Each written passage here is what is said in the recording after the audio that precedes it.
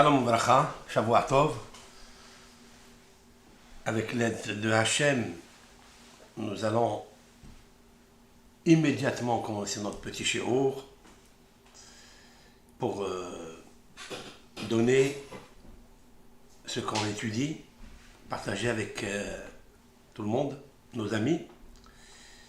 Et ça nous fait tellement plaisir d'entendre que nos shiurim font, Baruch Hashem, un grand effet, une grande amélioration chez les personnes qui nous écoutent, qui nous visionnent, que ce soit sur YouTube, où il nous faut aussi s'abonner pour augmenter le nombre d'abonnés, pour être bonné, pour construire. Abonner. Dans notre vie ici, dans ce monde, il nous faut construire. Il nous faut agir, il nous faut, j'allais dire, voler des mitzvot. Comme dit le Talmud, Hay alma ki behilula damia. Ce monde, il ressemble à un mariage. C'est un vrai mariage. Hatof ve'echol, hatof ve'echol. Hatof, ça veut dire prends et mange. Prends et mange. Un juif, une juive, dans ce monde, il faille prendre toutes les occasions pour prendre une mitzvah. Une mitzvah par-ci, une mitzvah par-là, que ce soit l'étude de la Torah qui est en premier, qui est grande. 5 minutes, prends un livre, étudie. C'est déjà enregistré là-haut. Une mitzvah, tefillin, talit, tzedaka, bikur holim, achnasat orhim. Chaque fois que tu peux faire une mitzvah, vole-la. Sinon, il y a quelqu'un qui la prend, une force nucléaire, un ange, qui s'appelle le Samech Mem, il la prend, il la fait fuir dans le désert. Tu peux plus aller la chercher. Une mitzvah qui se présente à toi, immédiatement fais-la monter. Ne la fermente pas. Il faut la faire monter. Et immédiatement vole les mitzvot. Hatof ve'echol. Baruch Hashem, ces shiurim ont apporté quelque chose, une nouvelle notion, une nouvelle méthodologie. Comment être réaliste dans un monde très perturbé. Mais léat, doucement, doucement, on arrivera. Aujourd'hui, je vais pratiquer le cours Birkat Kohanim 2. Nous avons déjà diffusé un shiur sur Birkat Kohanim Aleph. Vous pouvez le visionner, vous pouvez le partager. Mais maintenant, je vais diffuser un shiur qui est très important pour la vie de chacun et chacune parmi nous. Vous savez que dans tous les livres de Patah Eliyahu, je ne fais pas la publicité, Patah Eliyahu, je n'ai pas de royalty dessus. Mes royalties sont vole les mitzvot et fais-les. Prends-les pour toi. Dans la page 69, ici, dans la page 69, à la fin de la Hamida, pendant Birkat Kohanim, page 69. Patah Eliyahu, parce que c'est un livre qui est distribué dans toutes les maisons, je pense.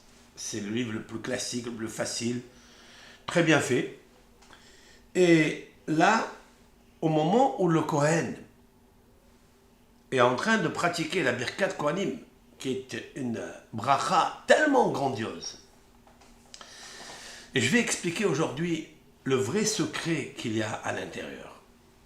Avec l'aide de Hachem, je l'avais dit à la fin du cours Birkat Kohanim 1, je vous ai montré une feuille de papier où j'ai, grâce à Hachem Yitbarach, dévoilé un secret inédit.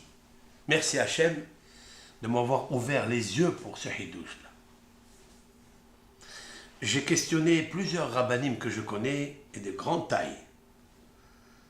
Et je leur ai demandé, est-ce que vous avez vu un livre, un rav, antécédent, dans le Zohar, dans le Midrash, dans la Gemara, le Hidouche, cette nouveauté, cette Birya Hadasha, nouvelle créature dans le Hidouche du Birkat Kohanim. Et surtout, j'ai demandé des Kohanim. Rien. Baruch Hashem. Et je voudrais partager avec vous ce Hidouche, je vais l'expliquer. et diffusez-le parce qu'il est grand. Avec cela, vous pouvez comprendre ce que je vais vous enseigner avec l'aide de Hachem au nom de la Gemara. Dans le Patah Eliyahu, donc, page 69, vous pouvez lire en bas, ici, au petit caractère, juste en bas de la ligne, Ribono shel haolam, maître du monde. De quoi s'agit-il? Je vais vous le lire au moment où une personne, elle fait un cauchemar le soir, un rêve. La signification des rêves, il est très difficile de l'interpréter. Mais le cauchemar, on le vit, on est angoissé, on est soucieux de savoir quel est le message que l'Éternel, par le bon ange ou le mauvais ange qu'on appelle Shed, le démon, il va vous transmettre au point que ça va s'imprimer en vous et vous n'êtes pas bien du tout. Vous avez envie de vous libérer de ce cauchemar, de cette gêne qui est à l'intérieur de vous. Comment faire pour enlever cela immédiatement? Il n'existe pas ni un psychologue, ni un médecin qui pourra vous enlever ce dimion, c'est-à-dire cette imagination que vous vous posez et des questionnements très profonds qui vous gênent dans votre nuit et qui vous ennuient. La Gemara va nous dire comment et pourquoi il arrive cela, et comment guérir, et comment adoucir et réparer ce cauchemar. Nous allons le faire, le texte dans la Gemara, mais voici le texte que je vous lirai tout à l'heure, page 69, Ribono shel haolam, maître du monde, Ani shelcha, moi je suis à toi, je t'appartiens. Vahalomotai shelcha, et mes rêves t'appartiennent. Voilà, donc c'est le titre, mais je ne vais pas maintenant l'expliquer. Je vais aller d'abord à la Gemara, à notre Talmud. Qu'est-ce que nos sages ont discuté? Quel est le sod de cette discussion? Qu'est-ce que nous pouvons acquérir, imprimer, comment se conduire? Cette bracha, enfin cette prière, requête, c'est une guérison pour un mauvais rêve. Cependant, c'est au moment où le Kohen, et c'est ça qui m'interpelle et qui me fascine toujours, c'est sur Birkat Kohanim qui a été donné au Kohanim Be'ahava, avec amour. C'est au moment où lui, le Kohen, ouvre sa bouche et bénit le peuple d'Israël par l'intermédiaire, bien sûr, de la Kadosh Baruch Hu, puisque la Shekhinah, elle est là.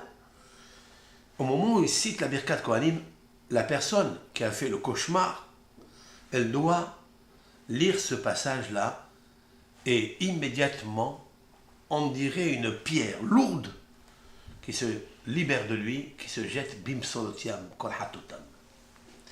Nous allons, avec l'aide de Hachem, donc expliquer la Gemara. La Gemara se trouve, donc le Talmud, se trouve dans le traité Brachot, page 55, retenez ce chiffre-là pour les Tunisiens surtout, 55b, 55b. Amimar ou Morzotra, je cite. Amimar, c'est un docteur de la Gemara, traducteur plutôt de la Mishnah, ou Morzotra. Et Morzotra, Rav Ashi. Et Rav Ashi. Donc voilà trois rabbins, Rav Ashi, Morzotra et Amimar. Havu yatve behade hadade. Ils étaient assis ensemble.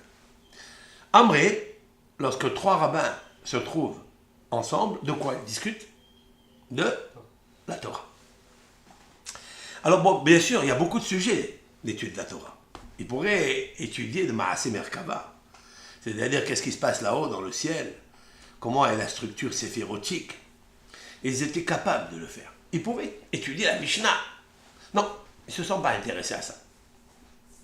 Alors tout d'abord, il faut savoir que quand il y a trois rabbins qui discutent la Torah, Shekhinah chez Rabbeinu, la Shekhinah réside parmi eux. Comme le dit le Maxime de nos pères, Shlosha she'oskin batorah Shekhinah chez Rabbeinu. Trois personnes, on ne parle pas de rabbin. Vous pouvez être le père, la mère, avec l'enfant, fille ou garçon, vous êtes trois, on discute un peu de Torah, la Shekhinah elle est là. La Torah, c'est la dimension du monde. C'est l'âme du monde. Dès qu'on commence à parler avec l'âme, de la Torah qui est l'âme, c'est l'oxygène, immédiatement la Shekhinah, Akadosh Baruch Hu, par sa lumière, il réside parmi ces trois personnes. Alors, il est très intéressant, il est marqué le chat chez Askou, chez Oskim Batorah. C'est quoi Oskim Batorah? On aurait pu dire qui se préoccupe à l'étude de la Torah. Et quel sujet? Ben, ce sont des sujets complexes, des sujets des Mishnah ou de Zohar, etc. Non, non, non, non, non. Voici ce que la Gemara nous dit. Amré, ils ont dit Kol ehad vehad minan, chacun parmi nous, lima milta, il dit un mot, milla en hébreu, milta en araméen, de la shamiya aleh le havre. Que chacun il dise à son camarade quelque chose qu'il ne connaît pas, qu'il n'a pas entendu. C'est beau ça quand même. Parce qu'en fait, ces rabbins du Talmud étaient d'une connaissance tellement grandiose. Ils savaient tout. Est-ce qu'il pourrait avoir quelque chose que l'un sait et l'autre ne sait pas? Oui. Donc chacun va dire à l'autre ce qu'il ne connaît pas. Commence le premier. Patahad minayu. Le premier ouvre le débat. Ve Amar, et il a dit Hayman de Haza Halma. Celui, monsieur, Hayman, Hay, ce man, monsieur. Voilà, dans le mot man. Man, c'est araméen, même Aleph Nun. Man, même Aleph Nun, monsieur. Tout monsieur, madame, de Haza Halma, qui voit un rêve, Velayada ma Haza. Il ne sait pas ce qu'il a vu. Il y a des fois où le rêve, il est clair. Soit qu'il est bon, soit qu'il n'est pas bon. On va chez un interprète que vous aimez et qui vous aime. Car toutes les interprétations du rêve se réalisent selon la bouche de l'interprète. Pas seulement la bouche, parce que la bouche, comme je dis toujours au nom de Havot al-Vavot, de devoir des cœurs, n'est que la plume du cœur. Mais tout se passe ici, dans le lève. Lève tov. Si c'est un bon cœur, il va vous interpréter avec métikout, avec douceur, pour vous adoucir l'amertume qu'il y a dans le rêve. Mais ça, il faille qu'il fasse tikkun hamidot. Il faille qu'il fasse tikkun hamidot, c'est-à-dire l'amendement de son caractère. Comme il est marqué dans les proverbes du roi Salomon, Tov ayin hu yevorach. Tov ayin, ça veut dire celui qui a un bon œil, hu yevorach, celui qui est béni. Qui est-ce qui est béni si vous le cherchez dans le monde? Qui reçoit la bénédiction du ciel et tout le monde est d'accord avec lui? Tov ayin. Celui qui a un bon œil. Qu'est-ce que ça veut dire un bon œil? On sait très bien qu'un bon œil, c'est un bon cœur. C'est marqué dans la Mishnah, dans le Maxime de l'Opère. Rabban Yohanan ben Zakkai a demandé, donc il y a 1949 années, puisqu'il était dans la destruction du deuxième temple, il a vécu au premier temple, au deuxième temple. Et donc Rabban Yohanan ben Zakkai demande à ses élèves quelle est la feuille de route à prendre, quelle est la qualité qu'un homme doit choisir. Il y en a 36 000. Laquelle il faut choisir? Il avait 5 élèves, chacun a dit un bon copain, un bon voisin, un bon œil. Il a dit Aaron et Tanola, celui qui voit le futur. Il est venu Rabbi Eliezer ben Arach, il a dit non, lève tov, avoir un bon cœur. Rabban Yohanan ben Zakkai, le jury, donne le diplôme à celui qui a dit un bon cœur. Pourquoi? Parce que dans le bon cœur, il y a un bon œil, il y a un bon camarade, il y a tout. Qu'est-ce que c'est maintenant un bon cœur? C'est pas quelqu'un qui est donateur. Certes, aussi, c'est quelque chose qui est bien. Ça exprime un bon cœur, mais c'est pas ça. Un jour il donnera, un jour il ne voudra pas. Un jour il s'énervera, un jour il donnera avec le sourire. Non. Un bon cœur, c'est quelqu'un qui a maîtrisé les pulsions négatives de son cœur. Il ne se met pas en colère, même s'il y a de quoi. Il n'est pas jaloux, même s'il a de quoi. Il est métoukan. Est-ce qu'il existe cet homme-là? Mais peut-être non. Mais il nous faut travailler pour arriver. En tous les cas, un bon cœur peut avoir une bonne bouche pour interpréter un vrai rêve. Même si c'est un cauchemar au départ, il peut le transformer en bonheur. Donc, Hayman de Khazar Halma Velu Ada May Hazar.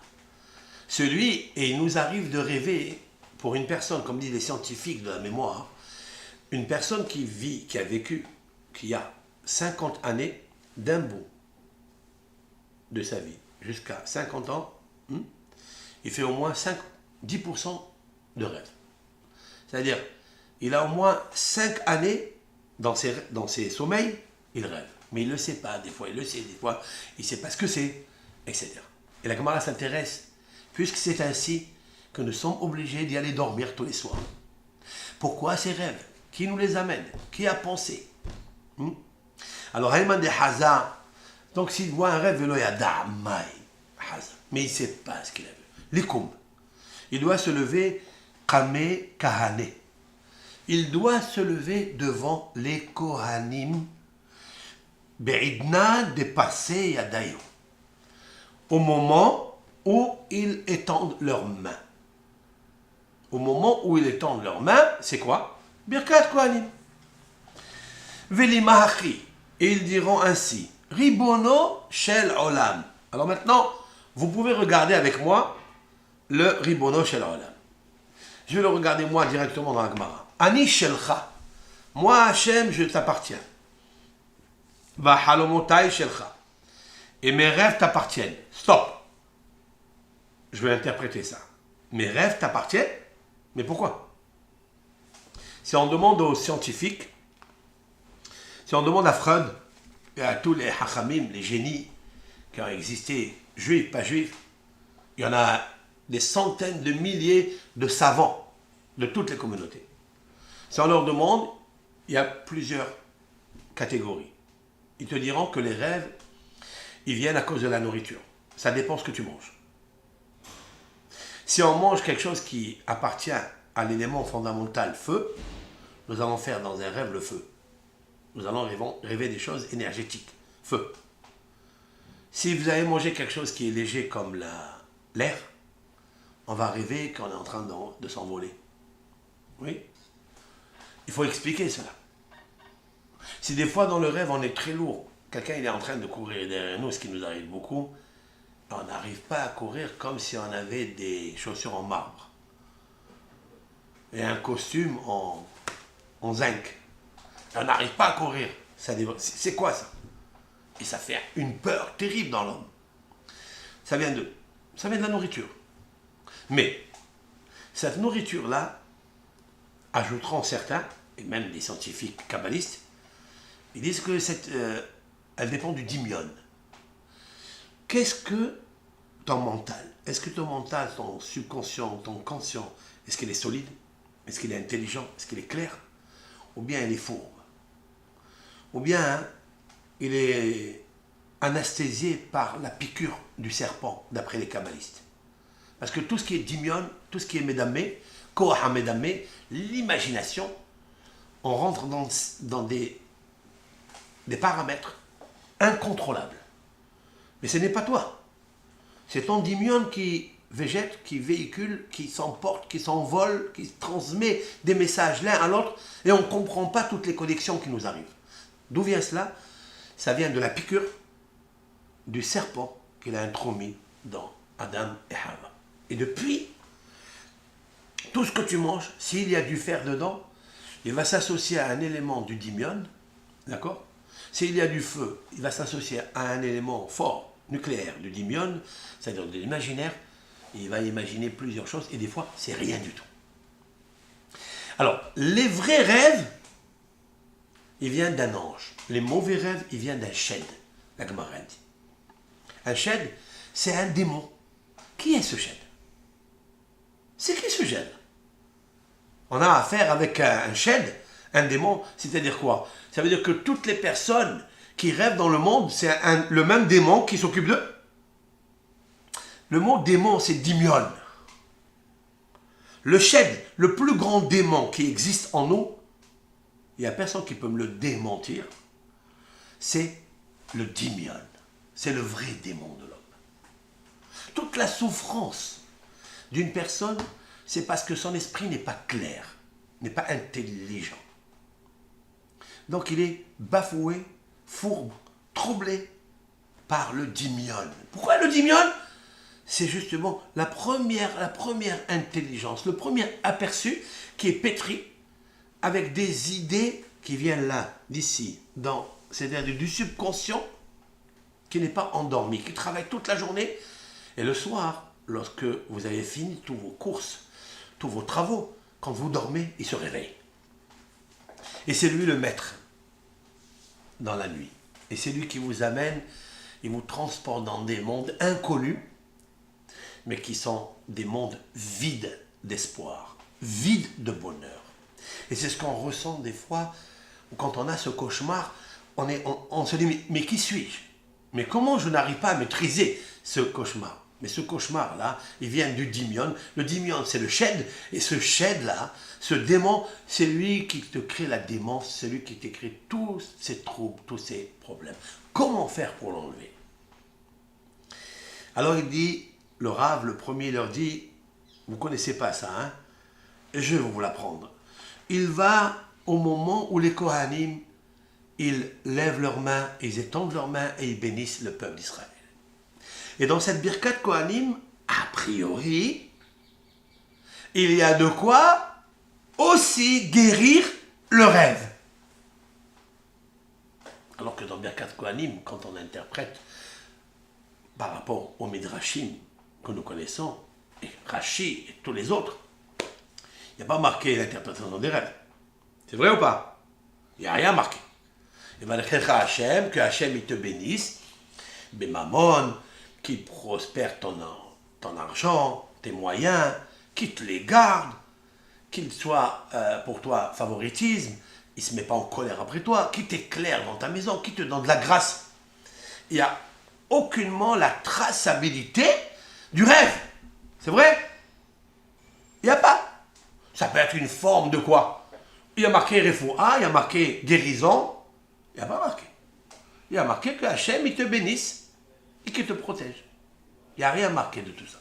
Alors maintenant, c'est ça mon objectif aujourd'hui dans ce cours, c'est vous révéler que oui, dans Birkat Kohanim, il y a tout, mais après un secret dévoilé par Akadosh Baruch Hu. Je reviens. Donc il doit dire, Ribono shel olam, maître du monde, Ani shelcha. Ça veut dire quoi? Ça veut dire déjà la Emouna. Que au moment de Birkat Kohanim, tu dois dire Ani Shelcha, je t'appartiens. Pour ça qu'il a marqué Yann. C'est marqué Hay Man.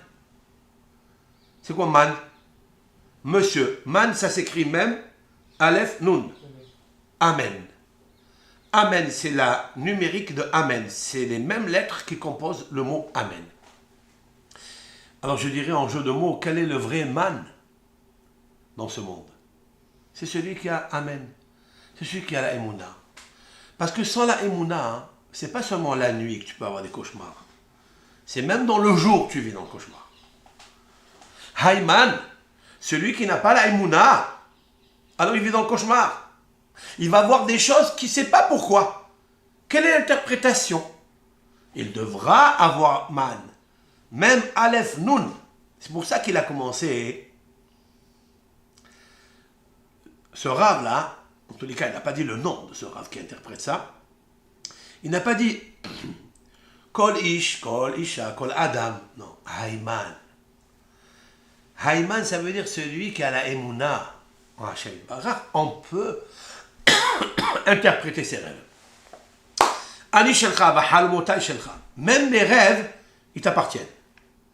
Ça veut dire, pas seulement que les rêves, ils proviennent, comme disent les scientifiques, par rapport à la nourriture que tu manges. Non. Vahalamotai shelcha. Même mes rêves, ils t'appartiennent, toi, Kadosh Baruch. C'est toi qui les provoques. Halom halamti. J'ai fait un rêve, et je ne sais pas qu'est-ce que c'est, quel est le sens de ce rêve. Ben halamti ani le'atzmi. Soit que moi j'ai rêvé pour moi. Ben halmuli haverai. Soit un rêve que mes camarades ont fait sur moi. Ça veut dire quoi? Mais c'est toi qui as rêvé. Tu viens de dire celui qui a fait un rêve, il ne sait pas ce que c'est. Oui? La Gemara, vient nous dire quelque chose de fantastique. Et maintenant, je réponds pourquoi il y a des fois où je suis tranquille. Ma journée n'était pas perturbée. J'ai dormi avec le Kriyat Shema convenablement. Et quand même, j'ai fait un cauchemar. Tu sais pourquoi? Voilà la réponse. C'est quelqu'un d'autre qui te connaît, qui a fait un mauvais rêve et qui te l'a transmis dans ton dimion pendant le sommeil. Tu écoutes? Pendant le sommeil, tu as reçu ce rêve que toi tu n'as pas fait. D'où il vient? Chez Halomotai. Il dit parce que chez Halmouli Haverai, que mes camarades ont rêvé sur moi. Ou bien chez Halmouli Haverai. Ou bien chez Halamti Ahal Ahirim. Alors ça veut dire quoi? Le Rav de la Gemara a commencé, celui qui a fait un rêve et il ne sait pas ce que c'est. Oui, donc on passe, c'est lui qui a rêvé, c'est personne d'autre qui a rêvé. Ce cauchemar qu'il a eu, il peut venir soit d'un rêve proprement à lui, il peut arriver parce qu'une autre personne a rêvé sur lui. Et ça a déclenché par télétransport à son âme, ça l'a perturbé dans le rêve. Ou ben chez halamti ala hirim. Des fois, le rêve, c'est moi qui le rêve pour les autres, pas pour moi. Alors, qu'est-ce que j'ai dit à Ribono Shel Olam? Je dis au maître du monde de faire quoi? Im tovim hen, s'ils sont bons, ces rêves-là, hazekem, renforce-les. Ametzem, fortifie-les. Kahalomotav shel Yosef, comme les rêves de Yosef. Alors, bien sûr, la Gemara a appris de Yosef Hatzadik qu'il a fait un rêve quand il avait 17 ans. Ces rêves se sont réalisés. 22 ans après, certes. Mais qu'est-ce qu'il a fait à Kadosh Baruch Hu pendant 22 ans? Il a renforcé ce rêve de Yosef. Il les a fortifiés. Parce que les rêves, en fait, Ani shelcha, v'halomotai shelcha. Moi, je t'appartiens à Kadosh Baruch Hu. Ma vie t'appartient. Tout le destin de ma vie t'appartient. Mes rêves t'appartiennent. Où on va aller piocher dans la Torah que c'est vrai? Yosef. Puisque le premier rêveur de l'histoire, c'est Yosef. Les rêves ont mis du temps pour se réaliser, mais elles se sont réalisées. Ça, c'était des bons rêves. D'ailleurs, Yosef, il a dit, quand Paro lui a dit bravo pour l'interprétation, il a dit non, mais l'interprétation, c'est Hachem qui me l'a donné. L'interprétation, c'est Hachem. Bien sûr, ça aussi, l'interprétation, c'est sûr qu'Hachem qui l'a donné. Mais là j'ai besoin de ça, de ce que tu viens de citer, parce que comme j'ai expliqué à la préface que une interprétation, elle vient grâce au cœur. Si l'Éternel il a donné à Yosef l'interprétation des rêves du Pharaon, c'est parce que Yosef il avait un bon cœur. Il avait un bon œil. Tov ha'in ou ivorach. Un homme qui a un bon œil, ivorach. C'est quoi ivorach? Il sera béni, comme Yosef. Mais plus que ça. Nos sages ont dit, al tikre ivorach, n'épelle pas ivorach, parce que ça s'écrit la même chose. Et là, seulement yevarer. Qu'est-ce que c'est yevarer? Il bénira. À qui on donne les premières bénédictions? À quelle personne qu'on choisit pour l'honorer? C'est celui qui a un bon œil. Qu'est-ce qu'il a dit? Yaakov à Yosef, Ben Porat Yosef, Ben Porat Ali Aïn. Il lui a donné des brachot exceptionnels. Qu'est-ce qu'il a? Ali Aïn. Parce que son œil est bon. Nous allons immédiatement, tu as anticipé ce qu'on doit entendre après pour résoudre tout ce problème. Mais c'est bien. C'est bien de l'avoir cité. Donc, Ani Shelcha Behalmuta Shelcha. Il dit donc si c'est mes rêves, ils sont bons, comme les rêves de Yosef, fortifie-les. Et de là, le Talmud dans le traité, ici, Brachot, dit qu'aucun homme ne doit se désespérer des rêves qu'il fait, même fort longtemps, en pensant que c'est fini, il n'est pas arrivé. Non, non, il va arriver.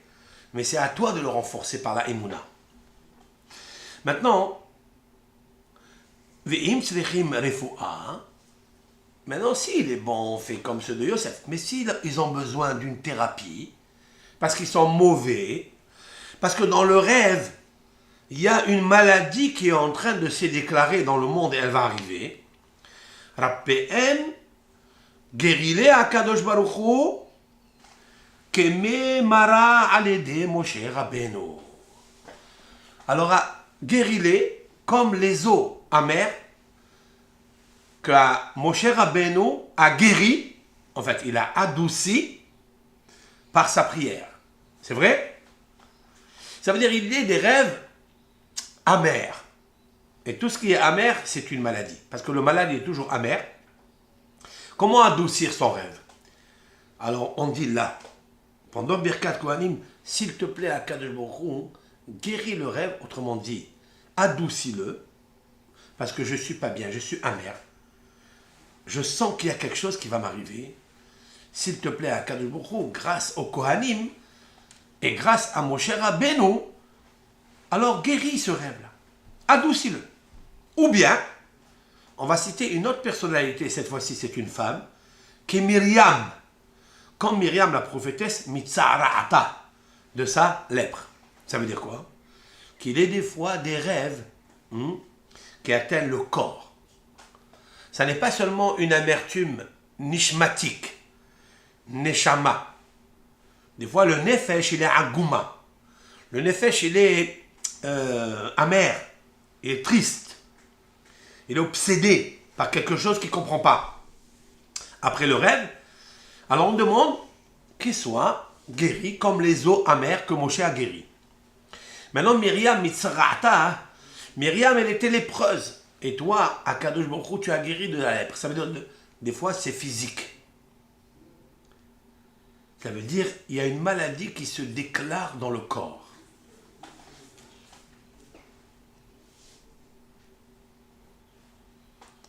Ça voudrait peut-être parler aujourd'hui du cancer, d'une leucémie, d'une pneumonie. Ce sont des maladies qui touchent le corps et qui créent des métastases dans tout le corps, comme la tsara'at.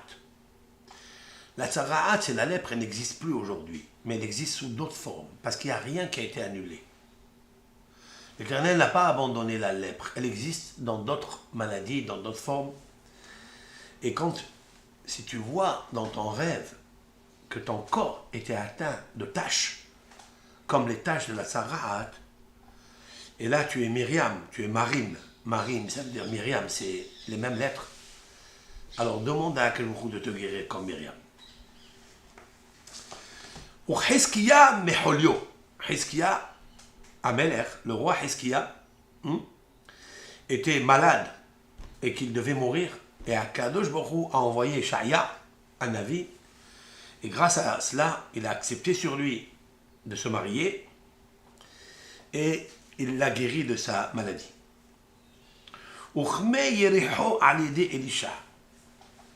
Aussi, les eaux de Jéricho, Yericho, Elisha, qu'est-ce qu'il a fait?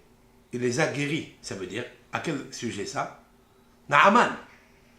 Lorsque Naaman était lépreux, c'était un goy. Il ne voulait pas aller chez Elisha. Le seul qui l'a guéri, c'est Elisha, l'élève, le disciple de Eliyahu Navi.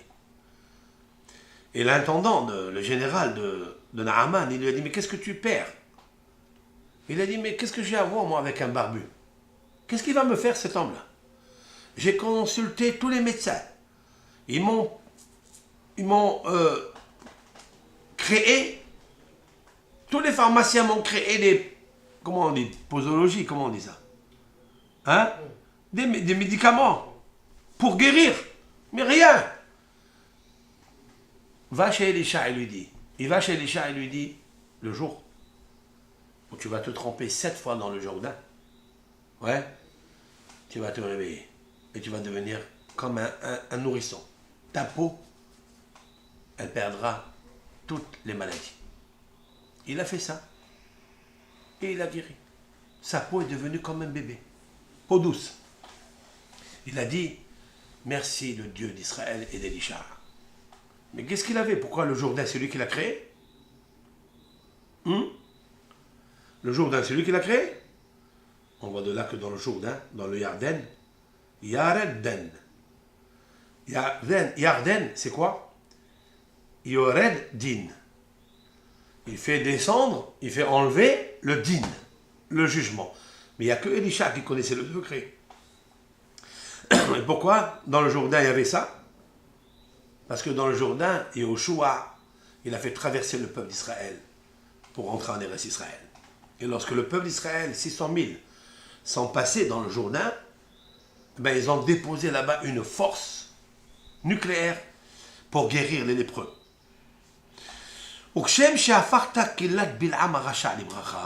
La suite.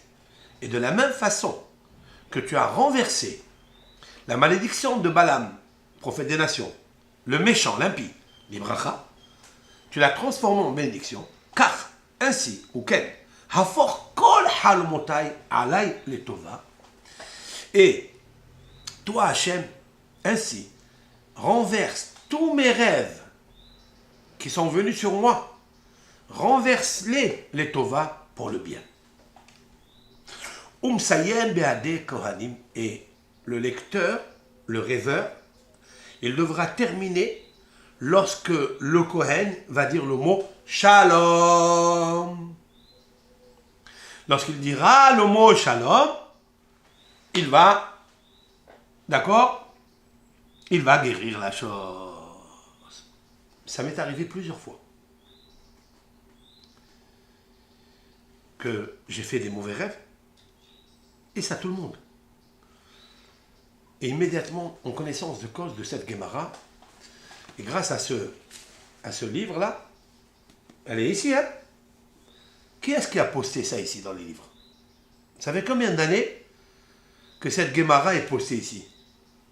Combien d'années? Ça fait 240 ans. Qui l'a posté ici? Notre nucléaire, Rabbi Yosef Haïm David Azoulay. Le Rav Hida, alam shalom. Mon maître par excellence. Le Hida a pris cette Gemara et il l'a mis dans son livre à lui. D'accord? Tfilat Hida. Et depuis des générations de générations, on imprime et on imprime cette Gemara ici. Combien de personnes ont fait des mauvais rêves? Et ils sont venus, ils ont fait ça avec Emouna. Et ça a marché, on dirait une pierre lourde, noire, qui s'est enlevée d'eux. Mais dans le texte, a priori, il nous faut savoir maintenant quelle est la relation qu'il y a entre ça et Birkat Kohanim. Pourquoi la Birkat Kohanim, elle peut dissoudre la gêne qui m'intrigue, qui est en moi. Comment elle peut guérir la maladie? Elle peut la rendre douce alors qu'elle est amère. Comment elle peut guérir le cancer de la lèpre qui arrive dans le corps, dans le rêve, hein? C'est une lèpre, un cancer onirique dans le rêve. Comment on arrive à l'enlever? Et comment le Kohen, il peut guérir ça? Ça, ce sont les premières questions que je me pose, mais c'est la suite qui m'intéresse. Lorsque nous avons dit au début, Akadosh Baruch Hu, si c'est des bons rêves, renforce-les comme ceux de Yosef. La Gemara, elle continue. Et elle dit, lorsque les Kohanim vont terminer Shalom, qu'est-ce que la communauté répond? Amen. Et toi, tu es dans la Hazara si c'est une femme qui est dans ce cas, elle est dans la salle des femmes, elle entend Birkat Kohanim. Si c'est un homme, il entend Birkat Kohanim, il termine, le Kohen termine Shalom, et qu'est-ce que le peuple et toi-même, le rêveur, qu'est-ce que tu dis? Que la Gemara dit? Amen. Et le Tzibour, la communauté, répond Amen. C'est un grand secret ce que la Gemara est en train de dire maintenant. Hayman. Vous vous rappelez qu'on a commencé avec Hayman, celui qui a fait un rêve. Un monsieur. Man, c'est un monsieur. Quel est l'anagramme? Amen. Quand tu dis Amen, mais tu lui dis avec Emouna, tu as le shalom en toi. Tu vas recevoir le shalom de tous les rêves. Ils vont se transformer en Yevarecha, bénédiction, Yaher, ils vont t'éclairer. Et Akadosh Baruch Hu, il va porter son nom sur toi et tu auras la paix. Ve'ila. La Gemara continue. C'est quoi Ve'ila? Et si quelqu'un n'est pas allé à la synagogue après le rêve? Ça arrive. Parce que pour enlever la tâche du rêve, il faut le faire le lendemain. Voilà pourquoi je pense que toutes les synagogues, lundi, jeudi, tous les jours, c'est bien de faire Birkat Hamazon. Birkat Kohanim. C'est bien de faire Birkat Kohanim parce qu'il y a des gens qui se trouvent dans ce cas. Au moins, allez-y dans une synagogue qui donne la valeur à Birkat Kohanim. Parce qu'il y a certaines synagogues qui ne le font pas. Surtout en dehors d'Israël. Nous, on vit en diaspora, aujourd'hui. On est connecté, bien sûr, avec Hebron, avec Beth Amikdash, Baruch Hashem. Mais si quelqu'un n'a pas réussi à aller à la synagogue, alors il dira ceci. Adir bamarom shochen bigvura. Adir bamarom. Adir, c'est le puissant dans les cieux, dans les hauteurs. Shochen bigvura. Celui qui réside avec la puissance. Ata shalom veshimcha shalom. Toi, tu es la paix, et ton nom est la paix.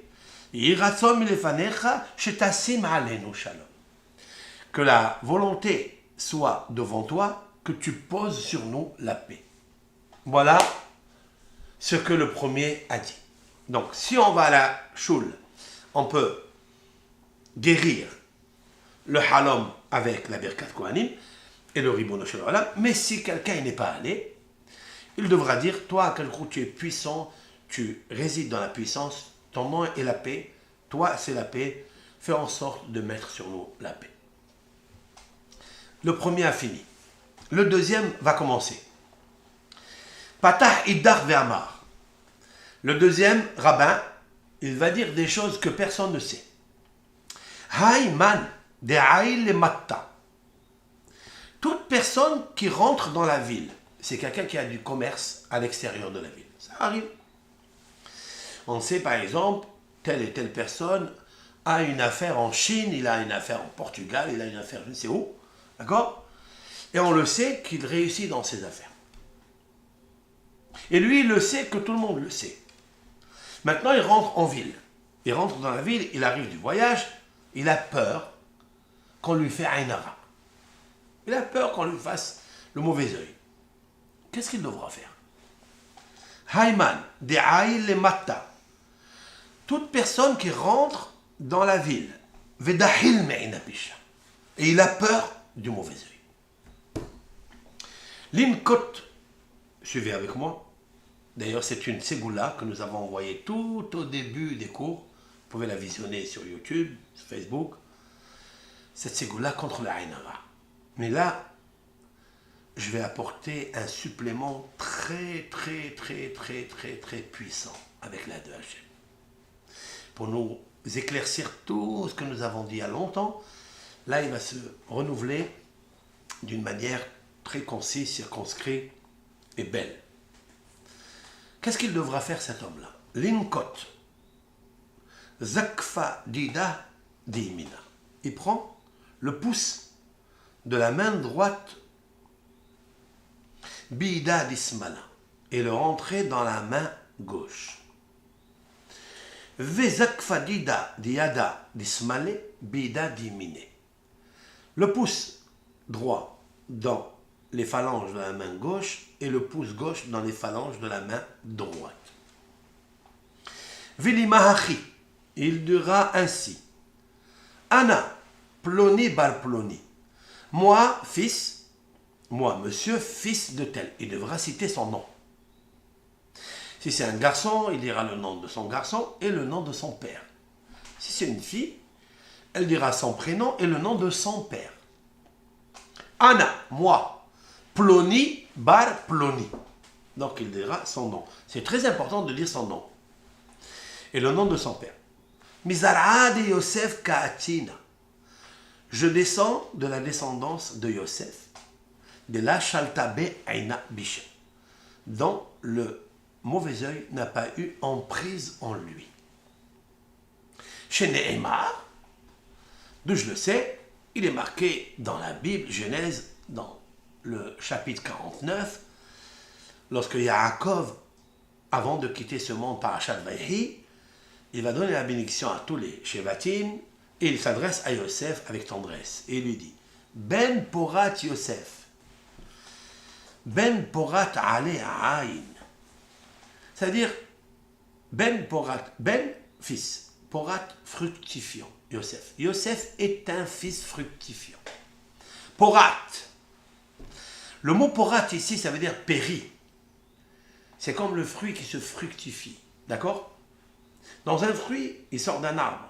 Ce fruit, Akadosh Baruch Hu lui a préparé à l'intérieur des graines pour encore semer les graines et redonner. C'est un capital qui se capitalise.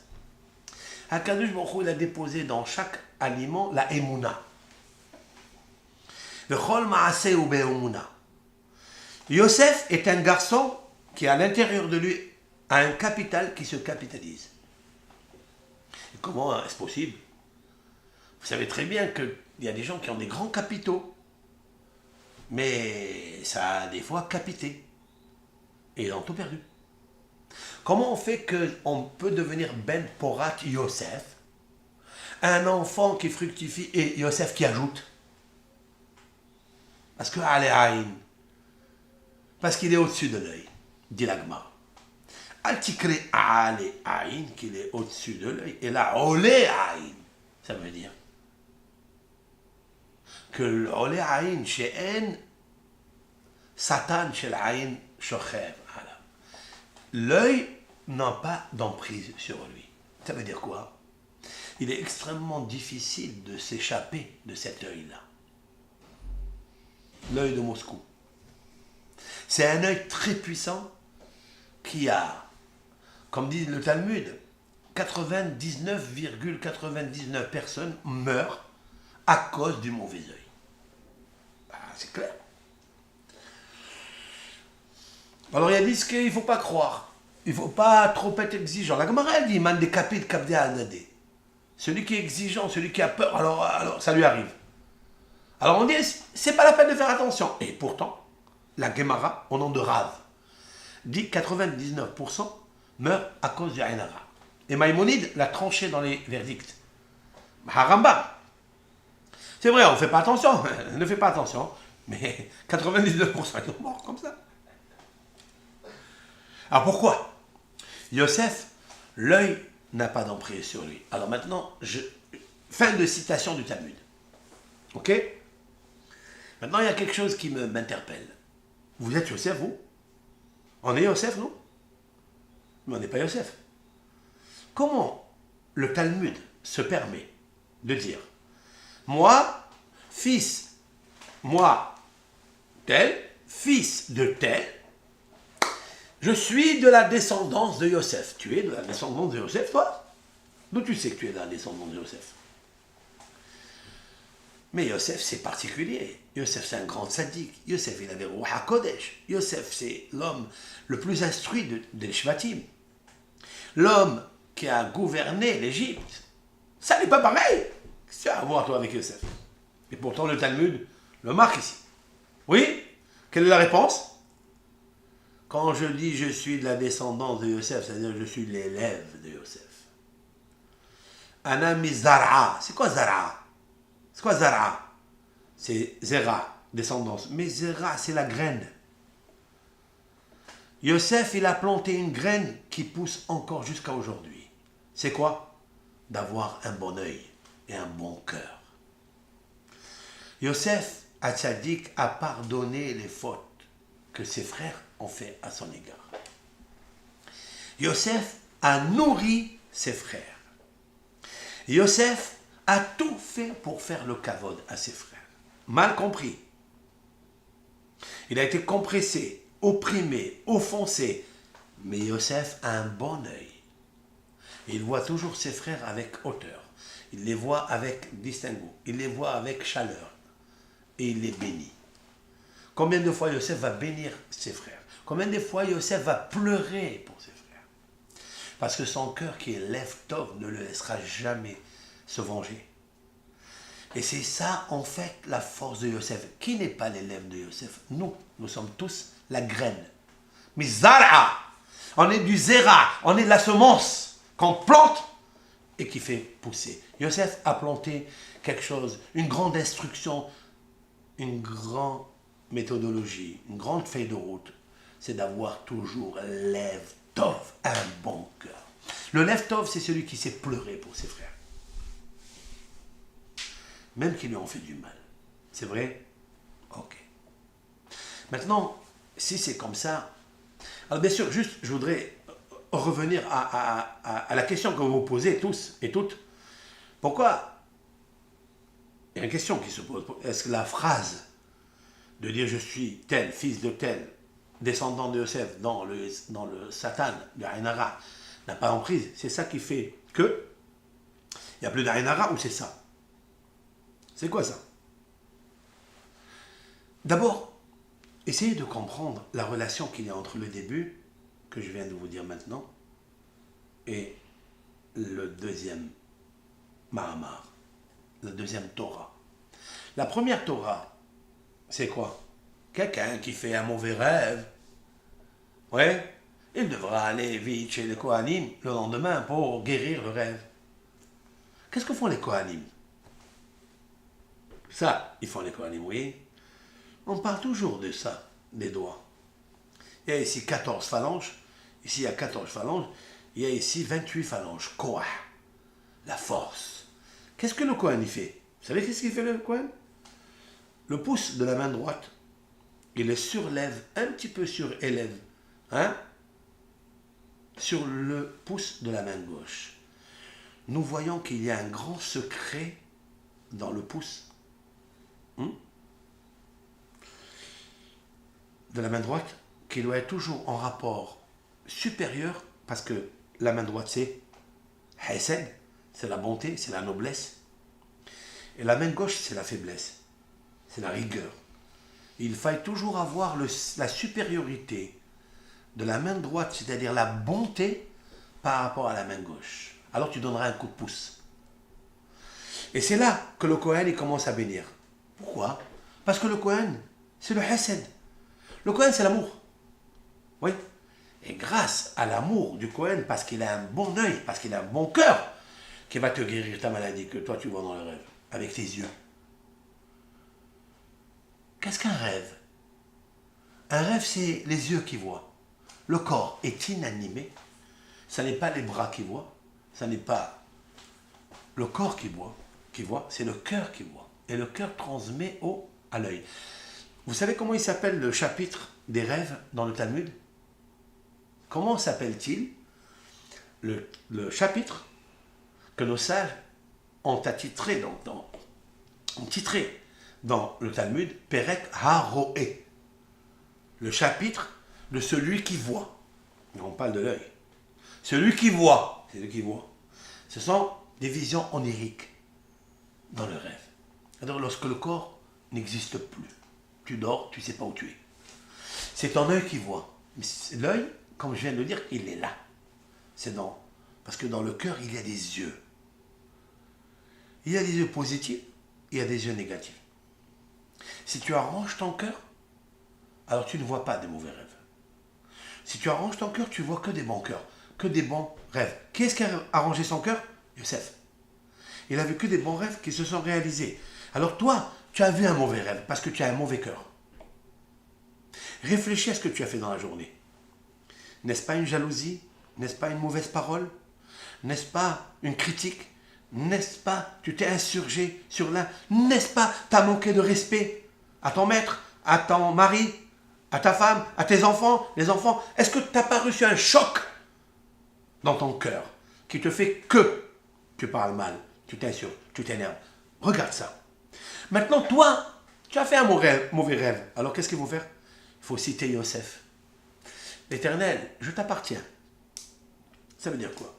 Ça veut dire que tu m'as créé. Comme tu m'as créé, je suis tel, fils de tel. Maintenant, j'ai trop de jalousie dans mon cœur. J'ai trop de rancœur sur l'un et sur l'autre. J'ai envie de me venger. Alors, le temps que tu te venges, dans le rêve, on te dit stop, stop, stop, stop, stop, stop, stop, stop, ne fais pas ça. Attention, le message que tu reçois, c'est pour ta bonté, pour ton équilibre. Pour le guérir, tu descends voir les Kohanim le lendemain, immédiatement pour enlever la tache du rêve, l'amertume, les eaux mémara, les eaux, la lèpre de Myriam. Tu vas chez le Kohen, lui, il va bénir avec amour, c'est-à-dire Belef Shalem, avec un bon cœur, parce que le bon cœur agit sur les rêves. Mais je vais l'expliquer pourquoi. Une fois qu'on a expliqué ça dans le Talmud, quelle est la deuxième parole? Un autre, il dit, tu sais, celui qui est dans la ville et qui a des affaires en dehors de la ville, quand il rentre, il a peur du Ainara, alors il devra citer cette Gemara. C'est-à-dire, je suis le descendant de Yosef, etc. Mais qu'est-ce que ça a à voir un avec l'autre? Il y a ici un secret de juxtaposition d'un dire à un autre, parce qu'il veut dire, voilà pourquoi on a un problème. Tous les problèmes des mauvais rêves, ils viennent à cause du mauvais œil. Le mauvais œil tue tout le monde. 99%. Donc il faut réparer ton cœur comme celui de Yosef. Eh bien, tu es d'accord. Moi, tel fils de tel, j'appartiens à l'école de Tikkun Midot Shel Halev, comme Yosef Hatzadik. Et c'est pourquoi Ben Porat Yosef, Ben Porat Ale Aïn, Banot Saada Ale Shur.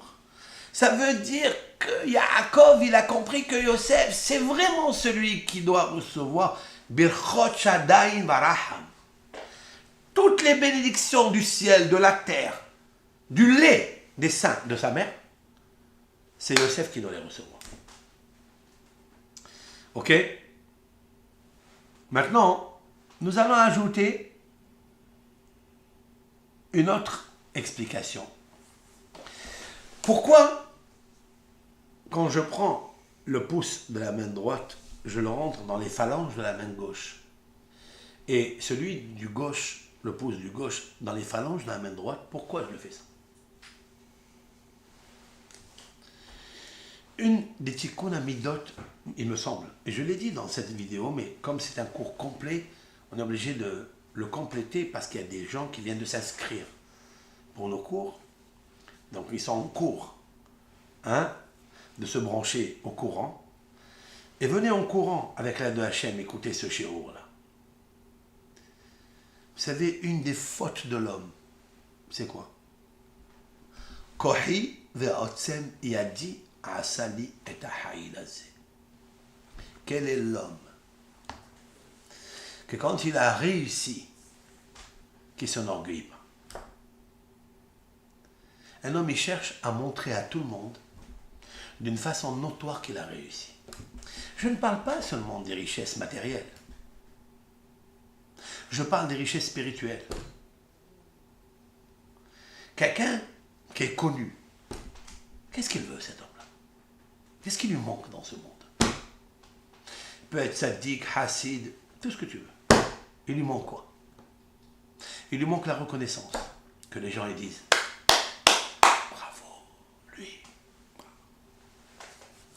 Et si des fois il n'entend pas ça, vous savez pourquoi je parle de ça? Moi j'ai été éduqué au Moussard de Novardok. J'aime les Breslev. J'adore les Breslev.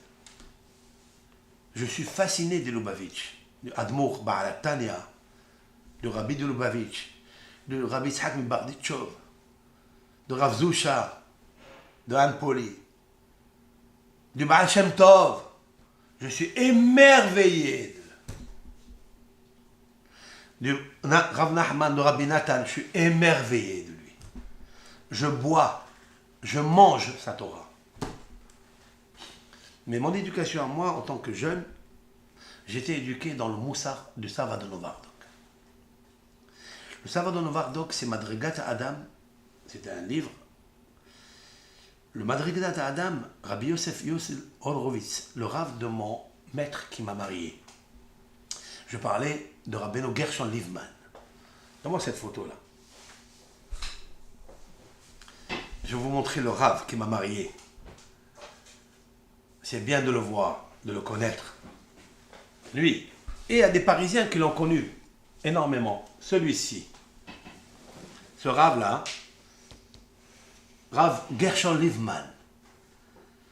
C'est le maître de mon beau-père, Rav Eliyahu Rumi, qui a fondé littéralement la ville de Marseille en 1960, qui a créé la Yeshiva, qui a créé les Mosdot, qui ne connaît pas Rav Eliyahu Rumi Zatzal, qui est enterré à 2 pas du Hida, de Rav Hida, dans le carré de Rav Hida.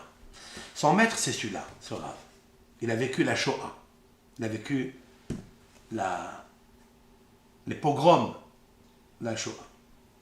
Toute sa famille a été calcinée. Et il est sorti de là-bas avec une force. Il a créé les Mosdot de Or Yosef. Or Yosef, c'est la lumière de Yosef, son maître, Rav Yosef Yuzel Horowitz de Novardok. Dans le Havetz Haïm, voilà donc regardez cet homme extraordinaire. Rav Yosef Yuzel, le Havetz Haïm Alav Shalom, lorsque, comme tous les rabbins, quand ils sortent un petit peu de leur chapeau, comme Rav Nachman de Breslev, il a voulu faire quelque chose de révolutionnaire. Il y a toujours des mitnagdim, toujours des gens qui sont contre. L'Am Israël a trouvé dans le désert, de partout. Voilà Korah, il arrive. Nous sommes dans la péricope de Korah. Korah, il va s'insurger sur son cousin germain. Moshe Rabbeinu, il va dire de lui des choses. Alors qu'on sait où il est Korah. On sait qui est Moshe Rabbeinu. Bechol betine emanu. L'homme le plus fidèle. Attention, ne touche jamais à l'identité authentique, fidélité, confiance de Moshe Rabbeinu. Ne touche pas surtout. Ne touche pas. N'essaie pas de... Je vais vous citer le Rav Nachman de Breslev tout à l'heure. Maintenant, ce Rav-là, lui, il nous a éduqués dans le Moussar à ne jamais avoir confiance en soi. Tu peux vivre Bessimha, tu peux vivre comme les Breslev, comme les Lubavitch, Ahava, Behaïba, tous, c'est bien. Mais attention, essaye de voir si ton travail, ton culte, ton service divin, il n'est pas pour t'enrichir du kavod. Pour ne pas qu'on ait la reconnaissance envers toi. En fait, tu essaies de récolter les honneurs. Et le kavod est dangereux. La course au kavod est dangereux. Le kavod, les honneurs, un homme, il peut courir derrière les honneurs au point de le sortir de Beth Midrash et le rendre un playboy. Je ne sais pas si vous saisissez ce que je veux dire. Ils vont le rendre un... Là-bas, il faut se photographier comme ça, il photographie comme ça, qu'il est là. Il fait des vidéos de jeux. Qu'est-ce que tu as besoin de ça? Pour qui tu fais ça? Tu sais qu'est-ce qu'il a réussi le Zerara? Il t'a fait sortir de Beth Midrash. Il te fait rendre un playboy, mannequin. Il se rend mince, il se fait ça, il te fait sortir de Beth Midrash, Habibi. Il a réussi. Mais c'est pour la Torah. Je suis en train de diffuser, je suis en train de faire des cours là et là.